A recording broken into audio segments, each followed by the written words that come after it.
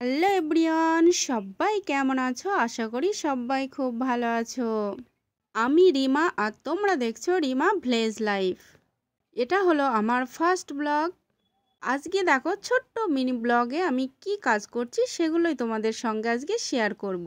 দেখতেই পেলে আমি আমার ওই যে জিনিসগুলো এখানে ছিল সেগুলোকে আমি পিঁড়েই তুলে দিলাম। আমরা বারান্দা, অনেকে বারান্দা বলো কিন্তু আমরা পিঁড়েও বলি, ওখানে রেখে দিলাম। কারণ এই যে চুলোটা দেখতে পাচ্ছ এটাকে এখন ন্যাতা দেওয়া হবে।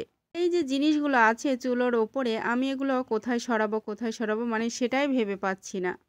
যাই হোক, অনেক ভেবে চিন্তে এদিক ওদিকে রেখে দিলাম, কারণ যেহেতু এটাকে ন্যাতা দিতেই হবে।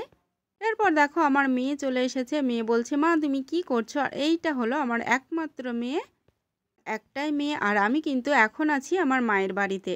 যে দেখতে পাচ্ছ ওগুলো হলো খ্যার, ওগুলো হলো সর্ষের খ্যার, যেগুলো রায় সর্ষে বলতে পারো। কয়েকদিন আগে তো সর্ষে ফুলের ভিডিও, তারপরে পিকচার, ছবি যাই বলো না কেন সেগুলো খুব ভাইরাল হয়েছে। ওগুলো পেকে গিয়েছে, ওগুলো পাকার পর দেখো এভাবে খ্যার তৈরি হয়, আর সেগুলো দিয়ে কিন্তু আমরা জ্বালানি হিসাবে ব্যবহার করি। এরপর দেখো চলে এসেছি, আমি চুলোটা ন্যাতা দিয়ে নিচ্ছি, যেহেতু ভীষণ কালি পড়ে গিয়েছে। গ্রামের চুলো তো একটু ন্যাতা যদি তুমি না দাও একদিন পর পর তাহলে ভীষণ দেখতে বিচ্ছিরি খারাপ লাগে।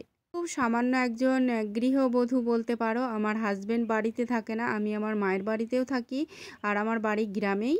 অবশ্যই আমার সঙ্গে থাকো, অবশ্যই দেখতে পাবে আমার কাজকর্ম।